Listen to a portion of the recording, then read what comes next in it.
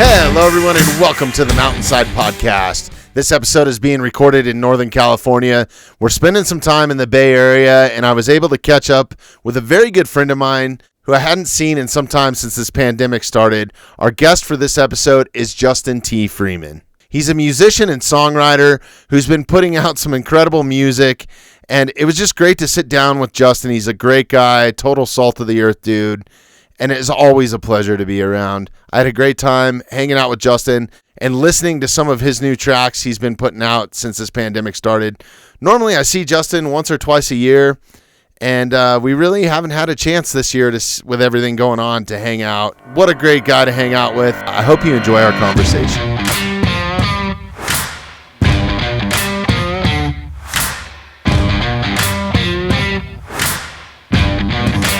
Justin Freeman, welcome, man. Yeah, hell yeah. What's up, man? Yeah, thanks for coming in, man. First and foremost, I just want to thank you for all your support that you've given me and starting this whole thing up and just being who you are, my buddy, you know? So. Yeah, this is killer.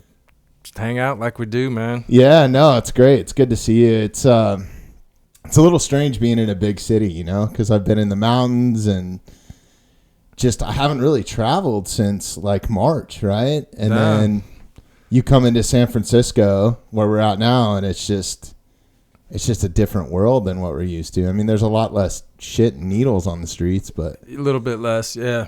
Yeah. Still a couple tracks out there, but yeah, I mean, it seems like the city has changed a bit too, and just not being in anything like this. I've just been in Ventura for 8 months now, you know, and I used to spend probably 90 days a year up here. Yeah, we spend a lot of time together here, you know. Yeah. And it's weird to see the city shut down and restaurants not open, and it's just a different world we're in, man. It's a little crazy. Yeah. It's good to be up here anyway, and even if the buildings are empty. Yeah, whatever. Yeah.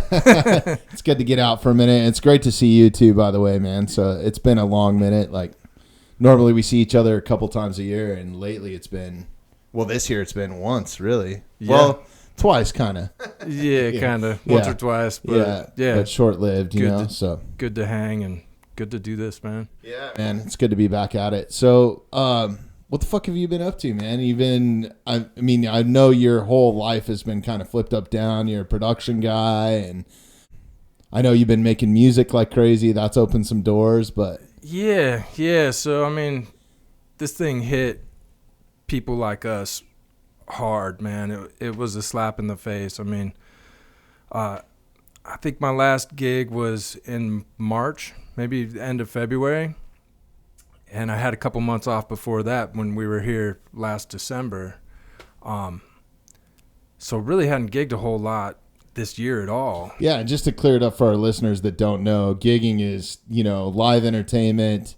You've been a lighting guy, LD, for a freaking long time for a lot of bands, and you do a lot in the corporate world now and stuff. But yeah. So doing lighting, that's what I've done. But the best fucking lighting there is. Yeah, of course. Yeah. Fuck yeah. So this year, I don't know. It's kind of weird to talk about because there's so many of the people I know are production people. Like, you know, like these people you come up with, and everybody's been hit so hard, you know. And I know I've been lucky. I've been getting by. You know, my wife has a solid job, and my unemployment went pretty well. But, you know, we're used to working our asses off and bringing home money. Good money, too, you know? Yeah, good money, and we're used to being the providers. And, you know, a lot of my friends are, you know, being, they've been a stay-at-home dad. You know, you go from touring for 18 months straight to, bam, you're at home, no paycheck. You're there, you're the new mom, you know? Yeah, and school teacher, whatever. Yeah, so it's been rough for guys. So it's kind of, you know, it hits home. This thing hits the production world in a pretty hard way, you know? People have been having a rough time. But anyway, like this stuff hit, and all the gigs canceled. They're falling like dominoes, and there's talk of there's going to be no work for a year. And it's just like, whoa. Yeah, because when all this shit first started, everybody was like, oh, 2 weeks, 2 weeks, 2 weeks, you know? And now all of a sudden it's freaking... Yeah, 2 months. Yeah. 6 months might be next winter. I've heard shit like 2022. I'm like, what? Right. Yeah. People throwing some numbers out there, and it's like that induces anxiety. You know, it did for me, you know, and I know it did for a lot of my friends. Well, there's a lot of people that live paycheck to paycheck. Yeah. I mean, and it's hard nowadays not to. And you have a phone bill, and you got, you know, a cell phone bill for the entire family. You got car payments, you got mortgages, you got all this stuff. And, you know, most of the people that work in our industry, a lot of them don't have college degrees and stuff. Some of them do. Some of the smart ones do. Yeah, a couple, not me. But for a lot of those guys, and like when I was freelancing, man, you can make a pretty good living. So I would imagine you could have a pretty nice house, a pretty good mortgage payment. And that's the way it is for a lot of folks. I know it. You know, people I know, you got a bro that's got a nice truck, a mortgage. And that's, I think, might be a misconception sometimes that we're, you know, do this on the weekends for fun or, you know, something like that. Oh, he works in concerts, you know, and it's like, I've done this more of my life than I haven't, you know, and I do have a mortgage and I do have a family, and I'm a participate in society, you know. Like, we've brought this up on the podcast before, and like back when I used to do it freelance, and this was a few years back that I quit all that, you know. It was, you still had to like turn in a resume. You had to know somebody that was on the crew. And then everybody thinks that you're like backstage partying, hanging out with chicks, slamming Jack Daniels. Yeah. But dude, literally the reality of it is you're lifting heavy stuff. Yeah. You're loading trucks to get to the next city as fast as you can. And, you know, it's just a rat race, man. And it's 20-hour days, really. I mean, yeah. You show up at a gig in the morning, you crawl off a bus that you were at a gig the night before and go into a dark arena, and you don't see the sunlight really until maybe a little bit in the afternoon to go smoke a cigarette or whatever. Yeah, maybe. I think that's why a lot of guys smoke. It's an excuse to go outside for a minute. But yeah, man, I don't think people realize how hard those people work day in, day out until they do it firsthand. And there's a lot of people that can't even hack it once they get there, you know, or keep it together. It's a certain type of people that can maintain years at this thing. And but and we just got smacked down. So we're coming from that crazy, hectic, you know, going 20 hours a day for months straight into nothing, you know. So the way it hit me is I was, you know, I had got my unemployment going, and, you know, we were stabilized, but I was scared, you know. I was like you said, I don't have a college degree. I just have done this. It's what I've done since I was 19, you know. Yeah. And I'll be, you know, I just turned 46. There's not a lot of other things I know how to do, you know. Right. And that's scary, you know, and you start thinking, you know, I'm gonna have to be an Uber driver digging ditches. It's literally, I was like, that's what I tell my family. I'm like, I don't know, I'm waiting this out so I don't have to dig ditches. Like, that's what I tell them, you know. And I was like, and I told my folks and my wife, I'm like, I'll dig ditches if I have to, but I'm going to see how this plays out for a minute. Absolutely, man. And, you know, I see a lot of people, I mean, fortunately, it sounds like you're in pretty good position financially, and not to bring that up to the general public, but you've been smart with your money, and you're still getting a little bit of work here and there, so that helps, man. And yeah, I think there's a lot of people that are rethinking how they spend money and what they spend money on and what's important. And I think even time, you know, like it's opened my eyes personally a lot to like, man, all this time I'm spending with my kids is really cool. And I've been able to be around for a lot, you know? Yeah. Once you can decompress from that anxiety factor, like, things can get good. And you know, friends spending time with their kids, that's awesome, man. It's like, I'm home with the kids, and they start to find gratitude in that and be like, this can be okay, because we don't slow down, right? Yeah. When's the next gig? It's a fucking double-edged sword, man. It really is. It's like you got to have that income, but you lose time, Yeah. So it's crazy, man. But yeah, so there's been some gigs here and there, and it's good. I'm getting by, and I'm so grateful for it, and the time that but I had to find what I was going to do with myself, because now I'm at home. And it's fucking rad, dude. Let's talk about that, because I had no idea that, I kind of knew that you messed around with music, but I had no idea that you made the quality of music that you actually make. And I'm hoping that we can play a little bit of it here in a little bit for the audience, man. Yeah, because you've been putting out like about a song a month or something. And when you first sent it to me, dude, I was literally blown away. Like, that's awesome. And there's a ton of my friends and stuff that come from this business that have had to rethink what they're doing and how they're doing it, and just different ways. We're all creative people, man. And there's people that are painting or picking up photography, or maybe they're doing carpentry. I mean, gaff tape art. Yeah, totally, all kinds of stuff. So yeah. So that kind of became like I needed something to do with myself for an unknown amount of time, and I've always been in music. I've been playing this whole time, all these years since I was a kid, really, but I hadn't had a project in a long time. And so I was like, what am I going to do with myself for these months? And I was like, I'm just going to let music be my therapy and be my thing to lean on, And that's what I just went into it as that. Like, this is what I'm going to do when I wake up. And I'll be in there playing at 8 o'clock in the morning, After breakfast, the wife goes out, feed the dogs, and jump on the computer, play some guitar, and get shit going, and I would do that until 5 o'clock at night, and when you put yourself into something that much, some things start to happen if you continue to do it for a while, and so these things came out, and it was great. It kind of shocked me too, to be honest. It was rad, man. When I first got the first song that you sent me, and I think it was before you even released it, because I think I just called just to check up on you, just like, I'm going to see how the fuck Justin's doing. You know? Like, I kind of called around to all my old roadie buddies and was just like, what's going on? Are you okay? Like, how can I help you if I can, or I remember that. That was one of the first people that reached out to me, and I totally remember that day. And I was just, right. I was like working on song 2 in my socks, just sitting in my home studio and just doing my thing. And I was like, motherfucker, Bobby Marshall, what's up, Bobby?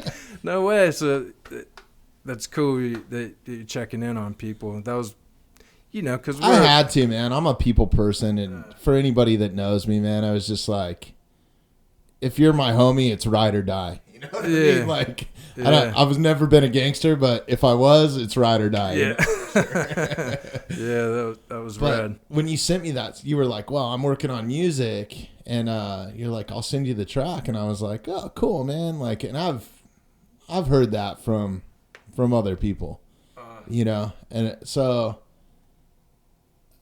not to judge a book by its cover or anything, but I don't expect much, dude. I'm like, oh, cool. Yeah. It's a cool new rap beat or a techno song or something. Sure, right, dude? Sure. And I opened it up, and I swear to God, I was listening to fucking a Maynard song or a Perfect Circle song or a Tool song. And I was floored, dude, to the point where I think I called you back or at least texted you and was like, dude, this is fucking...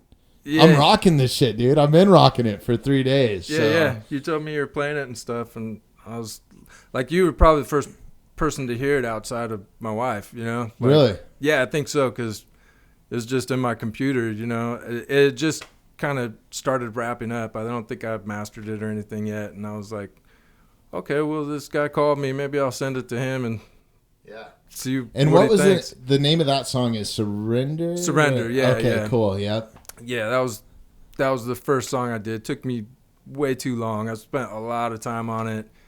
It was was the first recording I did in the pandemic, you know. Yeah. And it came out like I put everything into it. I tried to just lay it all out there, and it just kind of came together, man. And I was like, fuck yeah, like cool, man. This is, I can. And you played every part, right? So if there was a guitar riff, Yeah, you put it on there. You play drums primarily, right, as your main instrument. Yeah. So I'm drummer mostly, and yeah, I always played guitar. Like it was like I was just like playing music all the time. So like a lot of times, you know, I lived in an apartment or somewhere I couldn't play drums, so I'd play guitar that year. You know what I mean? And like until I could get back to the drums.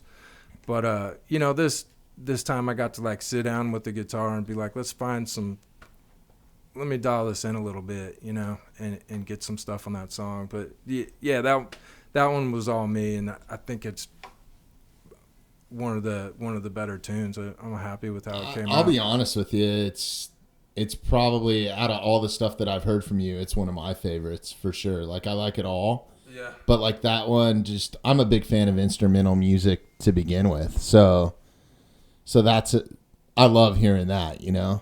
Yeah, it's instrumental. Like I didn't know. I was like, is there gonna be vocals on this, or like I didn't know. I was just rolling with it, and I think it's fine instrumental. Like, and we were talking about that prior to the podcast, you know, about how if it's just an instrumental song, it's got to go to a different place and a different level, because you don't have, I almost view the lyrics sometimes as a distraction, almost like, sure, or a filler, you know, just like a guitar solo is, or something like that. Yeah, you do a verse and a chorus, and I mean, there's awesome singing. I don't know shit about music either, by the way. Like if you heard my, you know, flute recorder, that might be the only thing I could whip out or something. Bust it out, dude. Yeah, it's I think the instrumental format is pretty cool, and that's how that one came out, and I'm just like, cool, I'm good with that.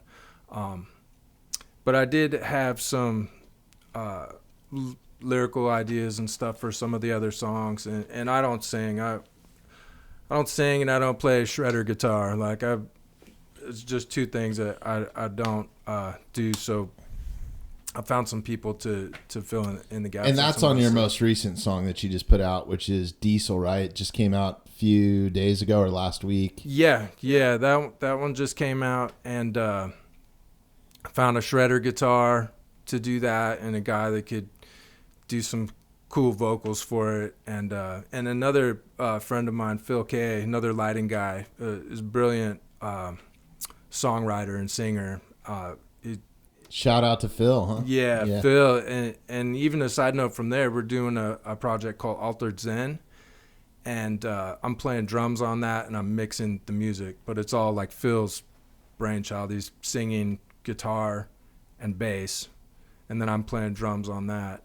So that's a whole nother thing I've been working on through this pandemic. You got to send me that too, and we'll share the links or whatever once you guys put it out. Let me know. For sure. It's coming soon. Like probably within a couple months, we'll have it mixed and out to the world. So we're excited about that too.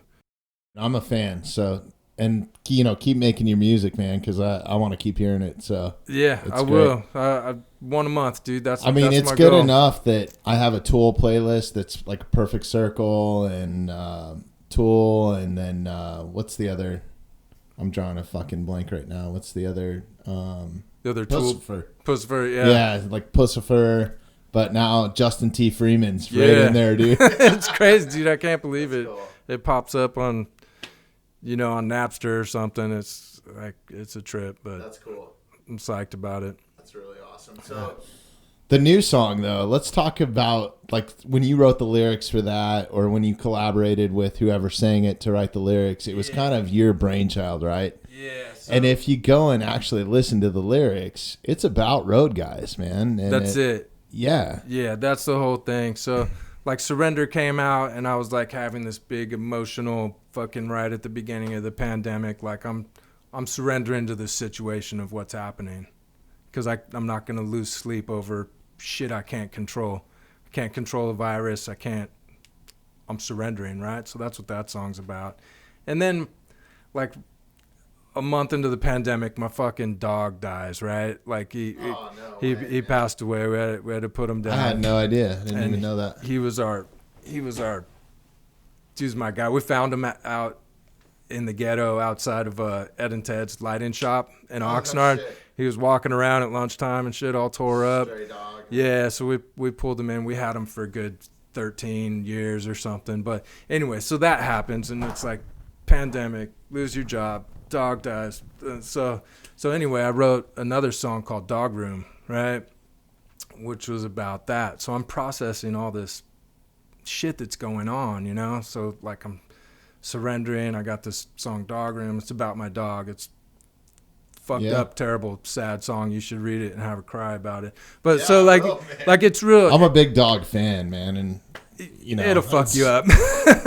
It's crazy, man. It's crazy how much shit has just piled into this year, man. Like, I know so many people that multiple things have happened to. It's not just for COVID. Sure. You know? No, life is still happening just as it always does. It's just like we're already in this state of distress, and then stuff keeps coming, man.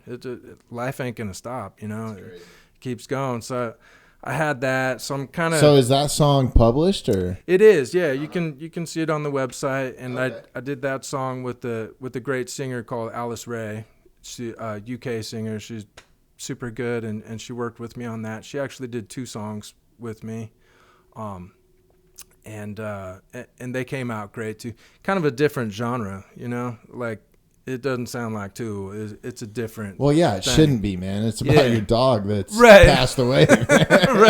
right. So super. So I'm kind of like starting here, and I'm going sad, and I get a couple songs deep, and like I just felt like this fight come back, you know, and I was like, I'm gonna write a fucking metal song again, like I'm ready to fight again, you know. Yeah. Like I felt like I got my bearings and like I'm ready to go. And I always liked Suicidal Tendencies, You Can't Bring Me Down. Like I always felt like I could fight my way out of anything. Like with it shows. It relates in that song too a little bit. Now that you say that, I didn't put 2 and 2 together, but that was some of the, you know, like fuck that. Like we're gonna be fine because we're badass and we could fight our way through anything. Yeah. Like if we can do all the shit that we've done, like we're gonna be okay, you know. And I have a really good friend of mine that, not to interrupt you, but he talks about like COVID. Come on, man. If they've seen all the fucking arenas that I've crawled through and nacho cheese and beer and shit I've slipped on, like he's like, this shit is nothing. If they've ever ridden a bike across the lawn at Coachella, you know, like you can get through this. Yeah. So I just got the riff, you know. I call them shower riffs, right? So my wife would be like, I'm gonna get in the shower, and I go over to my room and I noodle around, and I'm like, and I discover like the main riff for a lot of tunes. I'm like, okay, this is the riff. This is the vibe, you know. And I had that suicidal attitude in my head the whole time. I'm like, this is going to be a thrasher, and, you know, what do I want it to be about? And I was like, I want it to be about being on the road and all the excitement and cool shit, like what it feels like to be at load-in, you know? Right. 20 trucks back up and the chaos and how everything's in sync and just like... Yeah, you'll get your ass ran over if you're in the wrong spot. Watch the fuck out, man. Yeah. It's coming in hot, you know? And I love that about gigging, you know? I think a lot of us do. It's like that excitement, just the buzz, you know? And I thought maybe that would convey to some like-minded people that, you know, and get us excited again and be like, we're coming back, you know? And when we do, we're going to be throwing haymakers, you know what I mean? It's like you're going to come back full head of steam, man, ready to go. It's just the mentality of our people. Yeah. Yeah. And I feel like I forgot that for a minute. And I think maybe some of us did. And, you know, hopefully some people can relate to it, man. Because it's about loading in, having a show and loading out and just that buzz, That's rad. Yeah. I'm glad you did that, man. It's good for all of us. And I actually, I shared it on the Mountainside's Instagram page the other day. Oh, cool. And Roadie Relief, I think you saw that. I don't know if you know much about those guys, but it's some guys from all kinds of different camps. Most of them are sound guys, I think, from what I've gathered. But they just kind of same sort of thing as you. Like, enough's enough. We're going to start something. I got to do something because I'm sitting here doing nothing, just thinking it's going to come back in 2 weeks. It's 2 weeks. It's 2 weeks. Yeah. There's some cool people that got together on that. And there's a bunch of bands like the Foo Fighters and stuff that donated guitars, and it's a bunch of guys from like the Slipknot camp and stuff like that. And they're just raising money, man. They're doing their own thing. They're trying to help out some of our bros, that need great. Help. And but right away they reshared your song, so I hope that they know good. What the premise of that song means, and I hope they read into it a little bit. And Roadie Relief, if you're listening, or any road guys, go check it out. The song's name is Diesel. Yeah. And you can find it. It's Justin T. Freeman. If you just search Justin T. Freeman on Apple Music or whatever, it pops right up. Yeah. Not Justin Freeman. There's a nice fella that does some nice hip hop called Justin Freeman. Oh, yeah. That's why I'm T. I'm not like Samuel L. Jackson or anything. Right. I like when I started this stuff up. I kind of like it though, dude. It sounds it works, harder, bro. Right? Yeah, T. It works, but yeah, when you're picking your name out, I'm Googling my name, and it's like. Well, now I will forever know you as Justin T. Freeman, not Justin Freeman. You know what I mean? Yeah. That's ingrained in my or imprinted in my brain for sure now. Yeah. But yeah, man, go check that out. And then anybody that's listening that wants to get behind and support road guys, or if you're a road guy and you need some help, I know that you can go and apply, and I don't know what the process is, but you can go to roadierelief.org. And there's a ton of information there. If you just want to go check out some of the stuff that they have up for auction, like I know the Deftones have chipped in. There's all kinds of, and there's been a bunch of road guys that have like, you get T-shirts and drumsticks and whatever. Everybody's just kind of like, this is. Yeah. If we all threw our stuff in a pile, and that's kind of it what's equals going something on. big, yeah. And that's awesome. Those guys are doing that. It's so cool. And it's cool. It's a way for super fans to get their hands on something. If you're a Slipknot fan, you can go bid on a guitar. Hell yeah! That's signed by a band member or something. Yeah, you get your thing. Get a Dave Grohl guitar, some picks or whatever. There's so much stuff. It's just cool that those guys are watching out. For the guys that put the shows out. Yeah, man. I feel like this is a call out to any successful musicians that are listening too. I don't think a lot of them have stepped up to the plate. There's a few that have, but I know that there was a point there where they were like pretty much calling them out like, yo, where's the big country act at? Who's somebody that's going to get behind us and support us? You know what I mean? Because the dudes that put your show up every day are suffering right now, and I'm not. They're not asking for a handout, but at least an endorsement, like. Yeah, little bit of help, something. So if you're a musician and you're listening to this and if you're successful, go support that organization. It's actually real people. It's not going through the hands of another like conglomerate that owns radio stations or something like that. I won't name any names, but it's literally started by roadies and managed by roadies, and there's the process too. There's an application that you got to fill out. It's not just some bullshit. So right, you can help directly. Yeah, dump a guitar. Exactly, and help out some guys that need it. Yeah, or pick up a guitar. Yeah, one of the two. One of the two. Yeah. So to get even more into the creative side, on top of you making the music, you're kind of a one-stop shop with all this time on your hands, and you've helped design some of the artwork or been working with graphic designers, and your album artwork I think it's great. Like Diesel. Yeah. It's just a shackle, and it's how everybody starts their day. That shit's laying everywhere, right? Yeah, it's a shackle. It's in my garage, dude. I was just like, I need a cover for this song, So I'm not doing albums, right? So I'm doing all singles. and they kind of jump genres, and they don't, I don't have a record of material that's all the same sounding kind of band. And I love that because you're just putting out what you like or what you're feeling at the moment. And that's it. For me, music has always been an emotion, so I think maybe that's why I relate to it more. That's awesome. Yeah, it's just what I'm feeling that day, and so it jumps around, and that was kind of a struggle, You think, oh well, guys put out records, and maybe I could sit on these songs in my house and just leave them in my computer until I have 10 songs, and one day I was just like, I'm just gonna start sending them out, man. I'm gonna record what I want. I'll do a single, and you can release a single. Everybody does it. Like, I don't need to wait. It'd take me 2 years to put together enough stuff to do a record, but I can release songs now, so that's what I chose to do. But that brings you to the artwork, right? Because I have to have I love artwork. I think that's a huge part of music, I think there's something that happens when you look at it and then you listen to it. It goes in your eyes and then it goes in your ears and you have an experience, right?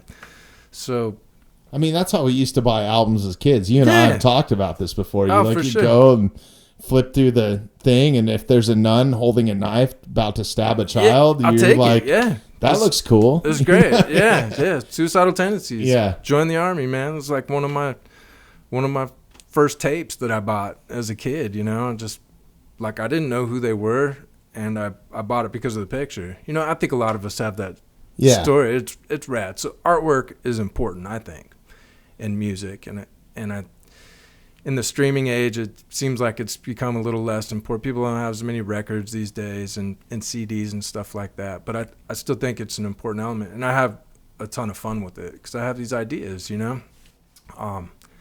And so Diesel was coming out, and it's like it's getting towards the end of the recording process. It's on its way to mastering, and like it's about to come out. And I'm like, okay, I've been thinking, what do I do? So I went in my garage and I pulled a shackle off the wall and a piece of steel and threw it on the concrete, and I was like, that looks like an arena, and there you go. Took a picture, and that's it. I think it's cool. It'll relate to everybody that does what we do. Yeah. It's gonna get a reaction, It's like, oh, I know what that is. I have tripped on a few of those, Right. But the Surrender artwork, there's a graphic designer I was in a band with ages ago called Amanda Mullins, and she's a LA-based graphic designer, and she's fantastic. I can take 7 or 8 pictures and write a paragraph of this crazy idea that's in my head and send it to her, and she'll make this, come back with something like I was thinking. Like I had a crazy one. There's a song called Chains, right? And Phil from Altered Zen, he wrote all the lyrics to that, and that's out there too to listen to. But the lyrics are pretty heavy, so there's talk about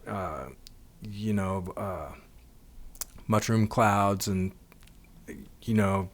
so like a nuclear situation. Yeah, but like a nuclear situation inside your mind, right? So it gets even deeper, right? So I told Amanda, I was like, there's a there's a mushroom cloud, and I want the top of the mushroom cloud to be a brain, like the mushroom part is like a brain. I think I've seen that now. That's coming back to me, yeah. Yeah, and there's chains shooting out of it, and there's a nebula behind its head, and it just comes together, and it's like, it's awesome. I think that's a fun part of doing the music stuff, because that's what you're going to see if you log on to Spotify or whatever. Like, right, and I think Apple and some of those big music platforms now are incorporating that a little bit more. Like it used to be just a little like thumbnail picture of the artwork and then the song playing, right? But now they're blowing it up to where it's like full screen almost. Great, yeah. And the lyrics are going too, so you can kind of see. Yeah. Like actually when I played Diesel, I was like, oh shit, finger on the trigger of a truss controller. Or it's not the trigger that you think of. When you hear trigger, you think of gun, but Yeah. There's a lot of triggers in our business, whether it's a pyro cue, a lighting cue. Yeah. So Trust is going out, dude. Yeah. Fuck out of the way. Yeah. Don't be leaning on it. Yeah. Yeah, that's there's to play with words like that is fun. And Phil and I did those lyrics like as a partnership, Like I had a bunch of ideas, he had a bunch of ideas. We both done a bunch of shows, and I was like, this is what it's about. This is the comeback song, Like if the Roadies were a football team, this is the shit they would play while you're running onto the field. You know what I mean? Yeah, and they'd be fucking people up. Oh, too. yeah. When you go in to write a song, because you're playing all these different instruments, and you kind of touched on this, you start with a riff or a bass riff or something like that. I can't imagine, like I've spent a lot of time when I first got involved in the music industry, I spent some time in studios with some of the bands I was working with, and it's just this, to me, it was always this tedious, just hours and hours of like, because I was a tour manager sitting on a couch, right? Like, dude, the fuck are we going to get out of here? It's taking a long time. Yeah, and there's always some producer breathing down somebody's neck to do it again or whatever, right? Sure, But, so what is your process when you sit down to record? I mean, how long does it take you? I mean, do you whip a song out in 3 days, or are you looking at months of just going back over it, fine-tooth comb? I think it probably takes me longer than most, because of that multitasking bit, but I'm also recording it, I have to press the buttons on the computer and then play it and then do the editing and things like that too. So it could take me like up to a month, from front to back. But it shows in your music, man. And I like that you're spending that amount of time on it, because it's pretty polished, man. I mean, it's really polished. To me, it is. That's my probably a lot of my perfectionist side. Like I wouldn't have it any other way. I wouldn't want to show somebody and be like, oh yeah, that's nice, dude. Right. Like you may not like it, might not. I think every road guy has some sort of level of OCD. Whether it's how you pack a case or roll up feeder or whatever it is, especially if you have that touring mindset. Yeah. And then there's a bit of zero fucks to be given too. Like my wife gets so pissed off at me because I got 3 kids and there's toys everywhere. And a lot of times if I have something in my hands and there's something in my way, I'll just kind of gently kick it out of the way. And she's like, how the fuck are you kicking shit all the time? Right. Yeah. It's just a habit. We can have a heavy hand sometimes. Yeah. That's part of coming home and being civilized again. Yeah. Yeah. You can't run your life like a loadout. It's different. Yeah. It's different. Back every once in a while. Yeah. Your kids aren't stagehands, and right. Yeah. Yeah. So I mean it always starts with something. There's always I call it the seed, right? So it's like, and it'll be a guitar riff or a bass riff or a drum part, or like a lyrical idea, like something. It's going to be born out of one of these, It's usually stuff I'm just jamming, noodling around, and I'm like, this is probably, I'll just record it on my phone or something. I'm like, oh, that's cool, and record it on my phone, and I'll be like, that might be the one, and that'll be the seed for that song. Everything grows out of that, Okay. Whether it's a drum beat, then I'll layer bass on it, then I'll layer guitar on it, but the drum is the basis of that, and everything grows from there, and the next part grows off of that. I wouldn't even know what's going to happen 3 minutes down the line. It might not be planned, like some wild shit happens sometimes, so I'm just like, where did that part come from? So a lot of it is more of a feeling than just like a roadmap of like, okay, I'm going to go here first, and then at 2 minutes I'm going to do this, and yeah. So it's a trip because, and it seems like the more freer you are in that aspect, sometimes it's like comes out cooler, you know? I think it does, man. Like, because back when I was working with those bands and we were spending time in recording studios, there was always somebody going like, oh, the song's got to be 3 minutes and 30 seconds to play on primetime radio or whatever it was. And it was like, can we just cut this guitar solo out, or can we cut this? And they just start hacking the shit out of it, and put it in a box. Yeah. It's tough. And these songs are not that. I mean, I think it's 8 minutes long. That Surrender, I think, is 8 minutes long, and another song is almost 8 minutes. A lot of them are well over. And to me, that's what I want in a song, or I want to hear personally, is like, I want to hear it build. Like it takes time. I'm a very much of a visual person, so I like start thinking about like, what does this song go with? What emotion do I have? What could I be doing? Why am I working out? Am I punching something? Am I breaking something? Am I laying down and trying to go to sleep, or am I just waking up? Like, I listen to all genres of music, so that's how I associate it. Right. So like, the longer the song is for me, the better. Yeah. I don't really find myself trying to be the 3.5 minute thing. I don't have somebody telling me that's what I should do, and I don't really. Well, don't fucking let them tell you that, because like, fuck you. Yeah.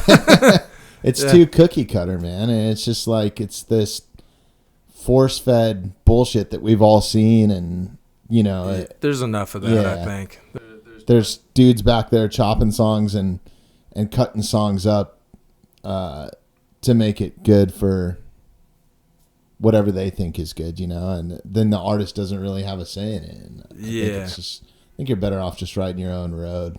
yeah, and that's a lot of what I dig about Tool, man. They just done their own thing. Yeah. Nobody's ever told them what to do. They just came out on streaming, but 3 months ago or something. Yeah, they held out for like 20 years or something. The last like, frontier. Yeah, the last ones to hold out. And I respect that. And they'll play a 15-minute song. They're not worried about it. Yeah. And their fans will buy it. Yeah. I mean, it's not like they're like, oh, fuck, this song's 15 minutes. It's way too See long. you later. Yeah. It's way too long. You know, and you risk, you know, society's kind of short attention span all the way around these days. So, you know, maybe not as many people listen to it or whatever. But, you know, just that you listened to it and you liked it, like, I'm done. Like, that's good enough for me. Like, I did the month of work on it. You're doing it for you, and that's what's important, I think. I think people get caught up in, this will sell more tickets, this will sell more albums, I'm going to make so much money. And yeah, and not like I just don't care what anybody's going to think. Like, I got feelings. I had some anxiety about releasing some stuff. Like I don't know, maybe. You're human, dude. Yeah, I mean, I just had like anybody does. Yeah, maybe people won't like it, and I'm grateful that I just got to a point where it's like I saw this quote. It was something like, you know, be brave enough to have people not like you, or something like that, you know. And I was like, yeah. It's okay for people not to like you. Yeah, you know? it's fine. It's not my business. I mean, we've had it firsthand with the podcast where I've just gotten like hate mail, and I'm like, well, really? Why the fuck are you listening to it? You know, you turn it off, dude. Bro. You can turn it off at any time. It's not like I'm streaming live on the radio and I'm fucking up you listening to a song. Yeah, you turned it on to listen to me talk. So if you don't like it, you can simply turn it off. Pretty simple. Yeah, just turn it off, bro. You know, we've spent a ton of time together, and normally it's just full on, just having a good time. Yeah. But we've never really gotten heavy and deep into your background. I don't know much about that. You grew up in California, as far as I know, right? Yeah. Born and raised in Ventura, California. Lived there all my life. I still live there. I got a home there now. My parents live there. My brother lives in Simi Valley. You know.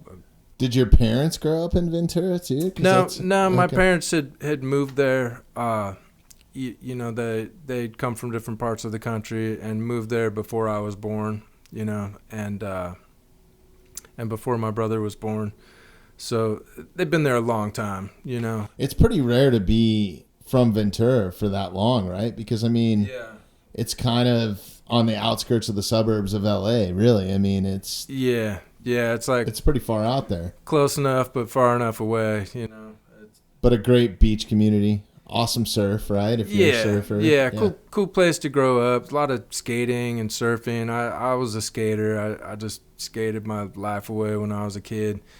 And pretty good place to grow up. Yeah, there's some bullshit there, but you know, There is anywhere, man. yeah. I mean, feel like I was starting some of it too. You know, growing up, I wasn't. You know, I had some troubles growing up. You know, and you know, you grow out of that stuff. You know, hopefully. Well, man, it wouldn't be any fun if you were just perfect little angels, right? Like, Dude, I don't know. Ask my parents, man. it'd be good for them. But, Yeah. But there's a lot of life lessons to be learned from wreaking havoc, I think. And I think that people should let their kids do it a little bit more. I mean, obviously, you don't want them to be put in danger, but there was a time and a point where it was just like, I grew up in the mountains, so we didn't have shit to do. So it was just like, go outside and play. sure. You know, like, just go play. Go out there and do it, you know? And like, I see kids now, they're like so much in this bubble, like, For sure. yeah. Yeah, It's a different world we live in too, you know? It's a little bit different when you and I were growing up, but absolutely. I think there has been some rebound reaction. Like, sure, there's like some bad things have happened and some rules were put in place.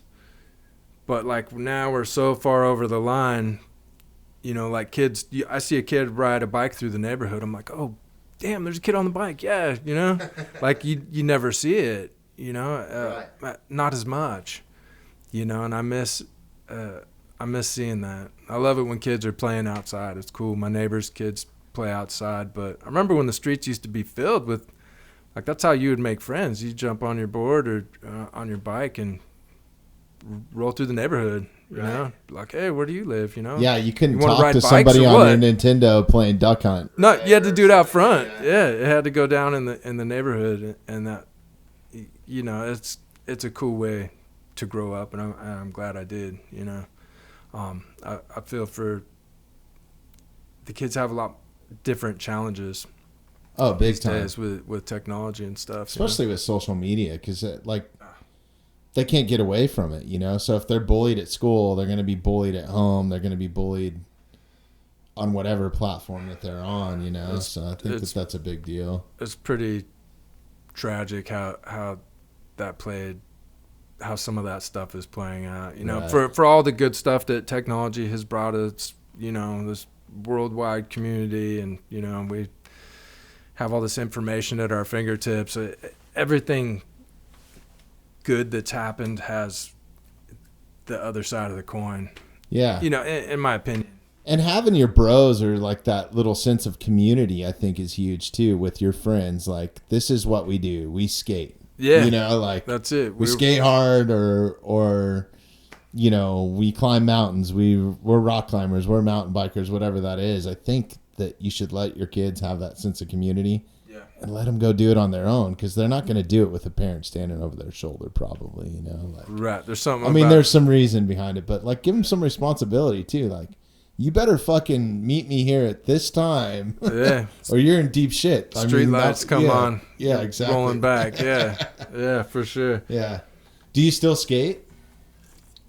I don't. I Yeah. hung up my board and retired. I went as hard as I could till I was in my later 30s, you know. I feel like I did it too long, and I just it became a choice of do I want to work or do I want to be injured? You know what I mean? Well, what cracked me up is about you, and I'll never forget this. We were talking, and you were saying, and you've told me this more than once, you were like, yeah, man, I've got my like first job where I had health insurance. Yeah. And you were like, this is the year. I'm going to skate as hard as I can for an entire year. I can't Just wait to get go fucking- break something. Yeah. Like, let's get it done. Yeah, it was stupid, but this.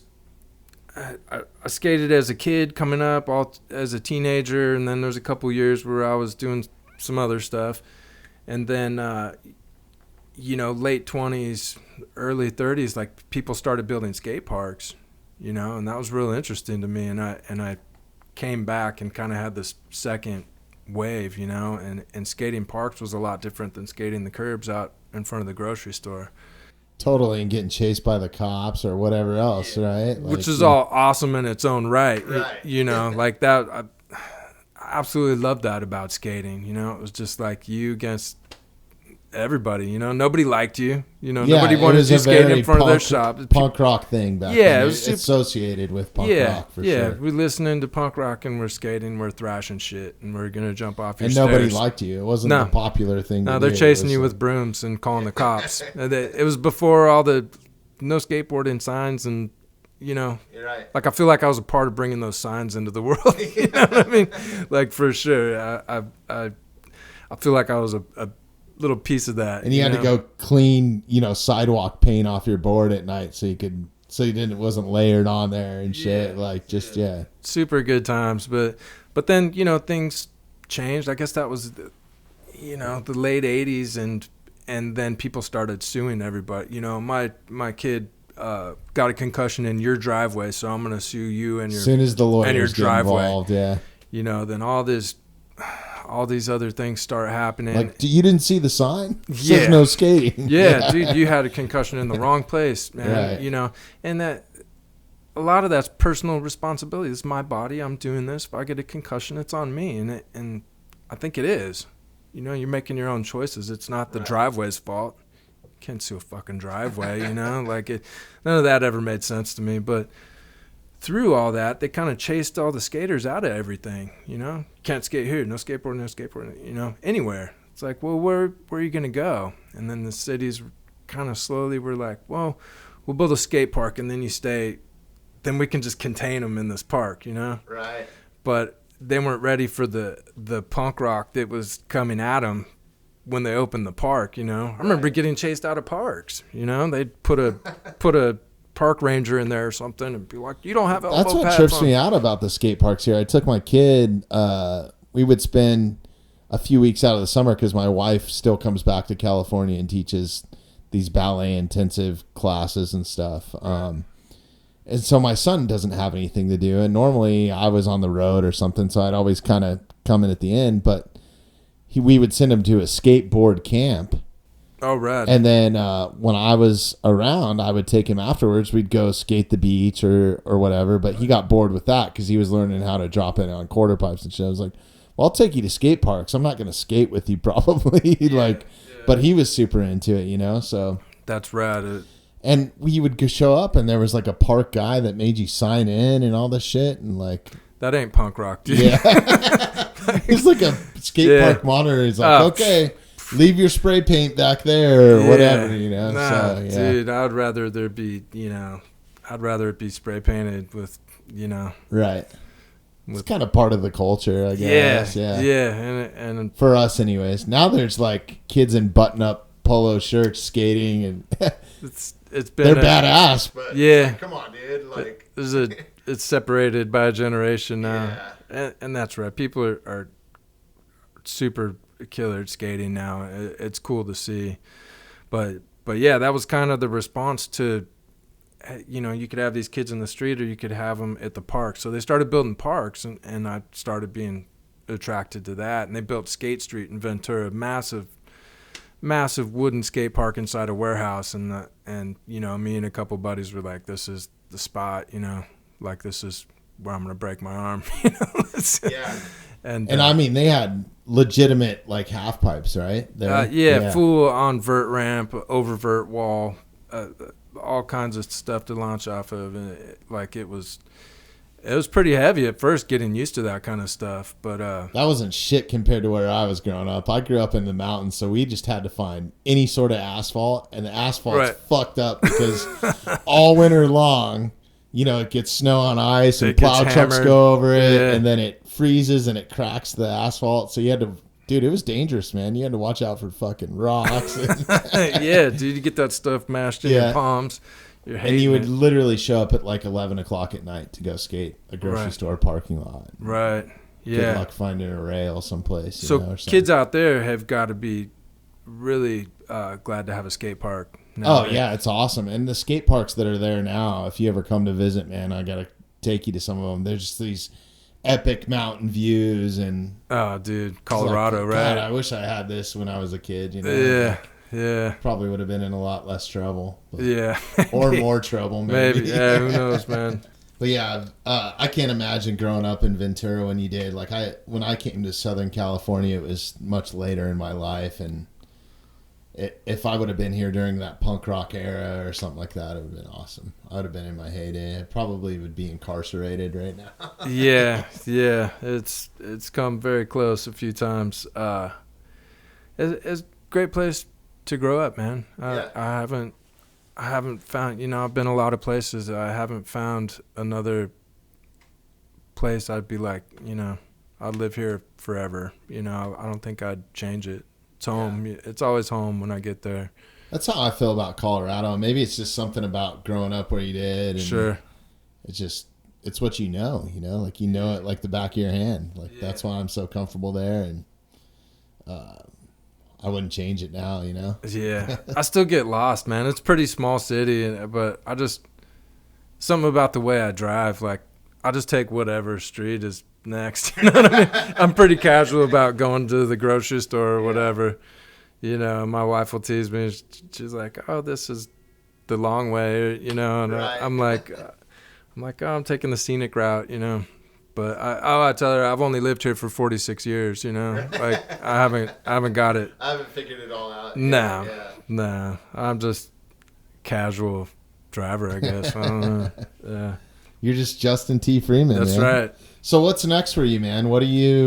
Obviously you're still trying to work, and whenever that comes back, right? Obviously it's not coming back anytime soon. It's pretty spotty for that industry right now, or live entertainment. And when work turns back on, I'm gonna go to work. That's that's my role right now at this point in my life, And while this is happening, I kind of gave myself I'm gonna get a song out a month, And I started in July, and I've been able to hold it up until now, So I'll just keep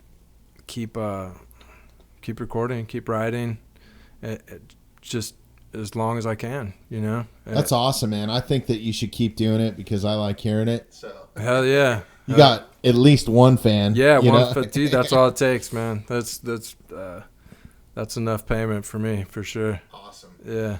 Yeah, man. Keep making it. And what do you think when you go back to work that you're gonna keep making music at some point? Like is this inspired something new? I feel like I'm going to try. You know what it takes. Right. You know what it takes to work this type of job, and it takes a lot. Like I'm doing more of a corporate scene now, so I'll go to work for 2 or 3 weeks, and I'll come home for probably 2 weeks. It takes 4 or 5 days to kind of decompress and get back in the swing of things. Then you kind of feel like you owe that time to your family or something. Yeah, right? Like if you're on the road, it's like, God, now I gotta make up for lost time almost. It's you want to be home. You want to spend that home time becomes a lot more valuable. Yeah. Because the next thing's right around the corner, So you want to be with your family, like absolutely. This music thing takes time, and it takes me a lot of time, and that's what I have, So that's what I've filled it with. So I don't know. This may be a limited edition pandemic thing, But I could see knocking something out in a couple weeks off, I'm gonna continue playing and writing for sure. I think you should, man. If we can do anything here to help you out, I'm totally on board. Rad. What are some ways for you to make money on music? Like if people go and download it, or what I don't know. It's so hard now to just sell a fucking album. Like It's a trip. If anybody wanted to use your, because I was going to ask you actually, and we'll talk about this after the podcast, but I want to do some sort of sizzle reel if I can find the right video guy to create what I want.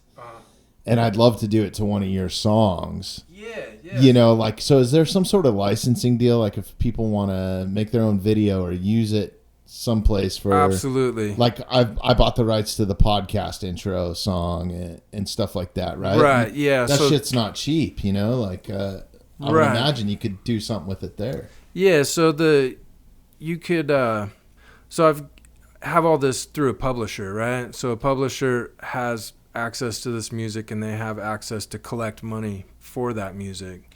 So I use a company called CD Baby.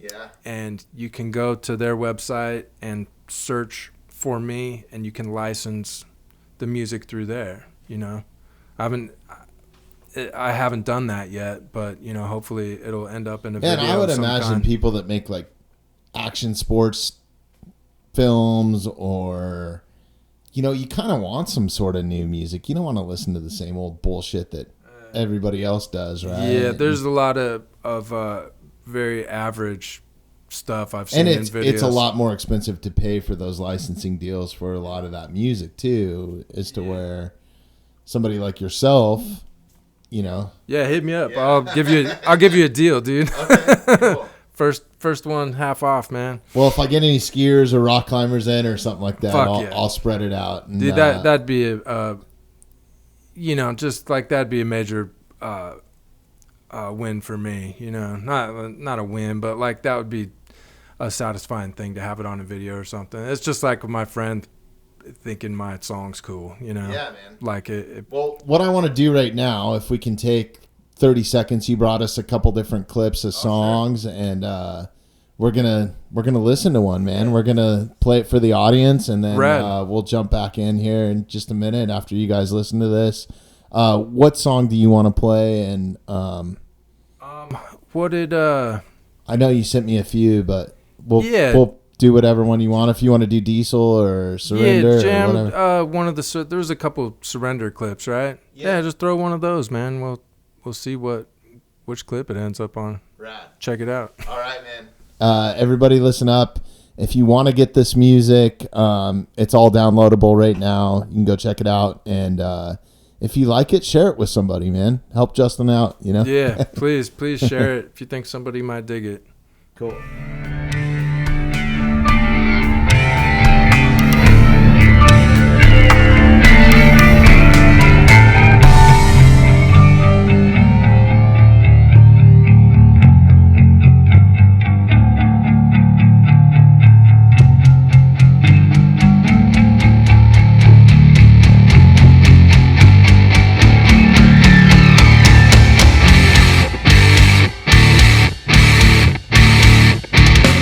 Thanks for sharing that little bit of a clip and letting us play it. And I'm sure I'm going to have to get back in touch with you because we've done this before, and YouTube will pull us, like if we don't have the licensing to it or whatever. Sure. So a lot of times I just say, I had the fucking artist in the studio with me. He brought me the song. Like, Yeah, what it's more do you okay. need? Yeah. It is okay, YouTube. Yeah. Stop tripping. Yeah. So, but that's awesome, man. Thank you so much for bringing that. Dude, and for sure. I love what you're doing. Thank Keep you. making music, man. Thank you. Even I when you will. go back to work, I want to hear some more. So I will. I'll be patient though. Yeah. I won't be beating down your door or anything. But so what we're gonna do is we're gonna put a link to your website and in the show notes, like we always do. If you're a regular listener to the show, if you're listening to the podcast on Apple or Google or whatever, if you just scroll down to where it says show notes or show description, in there, if you scroll down enough and read through the description of the show, at the bottom of that, there's links to our sponsors, but more importantly, there'll be a direct link to where you can go download that song, and there'll also be some other links to like your Instagram and your website and stuff like that. But man, thanks for your time. I know it's kind of a whirlwind getting in here, and everything you got going on and I got going on, being in the same city is rad to catch up with you, man. And For sure. Great I time. really appreciate your time. Yeah. And especially coming out in the streets in the middle of a pandemic. But Getting it done, dude. yeah. Hell No, I yeah. appreciate your time and your support of what I'm doing too. So Yeah, dig the show. it's fucking rad, man. Good work. But before we jump off here, can you tell people where they can find you? Your website, Instagram, Twitter, all that sort of stuff. So the website's justintfreeman.com. That's easy. That's easy to remember. Everything's available there for purchase, or you can listen to it. I've got Instagram, JustinTFreeman_music. That's the Instagram. Trying to jump on there and follow it. And Yeah, go follow Justin, man, because he's new at Instagram, but we're gonna build him up. So we'll get it there, and I'll post all my releases and everything on those two platforms. One a month, dude. Come get it. Right. Yeah. we'll be watching for it, and we'll be letting our listeners know too when it comes out. So, Awesome, man. Justin, man, thank you so much. I value your friendship, and if you ever need anything, dude, you know where to find us. And we want to have you back on the show, man. You got to come to Colorado and record Dude, one. I Get in our can't wait. studio, and I can't wait. We were talking about. we'll get out of this echo chamber over here. Yeah, dude. Go to Colorado. I can't wait to check it out. Yeah, It'll man, be come awesome. out. You're welcome anytime. So, For sure. all right, Bobby. everybody, Thank thank you for listening. Thanks for everybody's support, and we'll catch you on the next one. you, man. Go. Peace.